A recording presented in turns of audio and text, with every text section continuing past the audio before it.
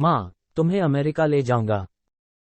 सुनील अपनी पत्नी के साथ अमेरिका में रहता है जबकि उसकी बुई माँ अकेले इंडिया में रहती है। सुनील के पिता का 3 साल पहले देहांत हो गया था। सुनील 6 सालों से घर नहीं आया। उसकी माँ हमेशा उसके आने की उम्मीद लगाए रखती है। एक दिन सुनील का फोन आया। सुनील: हेलो माँ, कैसी हो? मैं कल इंडिया आ रहा हूँ। माँ: क्या सच? मैं ठीक हूँ। बहू और बच्चे भी आ रहे हैं ना? पोता पोती देखने का बड़ा मन था मेरा। माँ की आंखों में जैसे एक नई चमक आ गई थी। सुनील: नहीं माँ, अभी तो सिर्फ मैं आ रहा हूँ। अब हम सभी अमेरिका में रहेंगे। मैं तुम्हें लेने आ रहा हूँ। अब हम साथ रहेंगे। तुम जितना चाहे अपने पोता पोती को खिला लेना। अच्छा माँ, फोन रखता हूँ। 5 दिन के बाद मेरी इंडिया की फ्लाइट है। माँ: अच्छा ठीक है। माँ की आंखों से आंसू रुकने का नाम ही नहीं ले रहे थे। आखिर इतने सालों बाद अपने बेटे को देखेगी। बेटा 6 साल बाद घर लौट रहा था। 5 दिन बाद सुनील घर आया।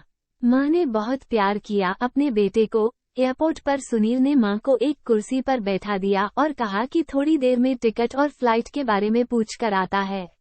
1 घंटे बीत गया लेकिन सुनील नहीं आया। तभी एक एयरपोर्ट के: हाँ माँ, कल मैं किसी प्रॉपर्टी डीलर से बात कर लूंगा, मकान बेचने के लिए।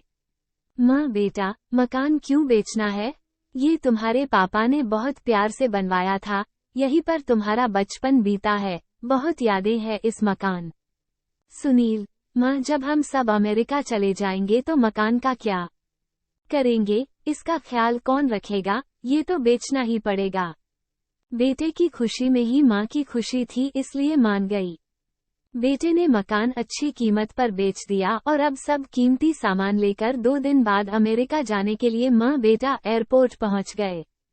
एयरपोर्ट पर सुनील ने माँ को एक कुर्सी पर बैठा दिया और कहा कि थोड़ी देर में टिकट और फ्लाइट के बारे में पूछ कर आता है। 1 घंटे बीत गया लेकिन सुनील नहीं आया। तभी एक एयरपोर्ट के कर्मचारी ने बुई माँ को बैठे देखा तो पूछा, माँ जी, आप किसी से मिलने आई है? माँ: नहीं, मेरा बेटा अंदर टिकट और फ्लाइट के बारे में पूछने गया है। उसका इंतजार कर रही हूँ। आज हम अमेरिका जा रहे हैं। कर्मचारी: लेकिन अंदर तो कोई नहीं और अमेरिका की फ्लाइट तो 30 मिनट पहले जा चुकी है। कर्मचारी ने बेटे का नाम और पता पूछा और अंदर कुछ पूछताछ के बाद बाहर आकर माँ को बताया कि उनका बेटा तो जा चुका है और कहा कि अब आप घर चले जाइए।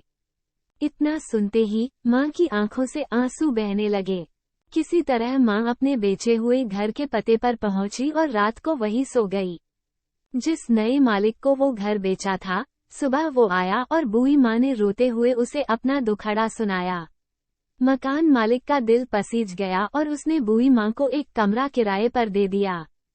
कुछ दिन बाद उस मकान मालिक ने सुनील की माँ को कहा, माँ जी, अब आप अपने किसी रिश्तेदार या सगे के पास जाकर रहिए क्योंकि अब आपकी उम्र बहुत हो गई है और कोई तो चाहिए जो आपका ध्यान रख सके।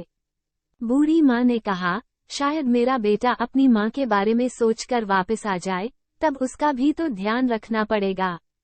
इतना सुनकर मकान मालिक भी रो दिया। माँ बेचारी अकेले में रोकर अपने बेटे को याद करती रह गई।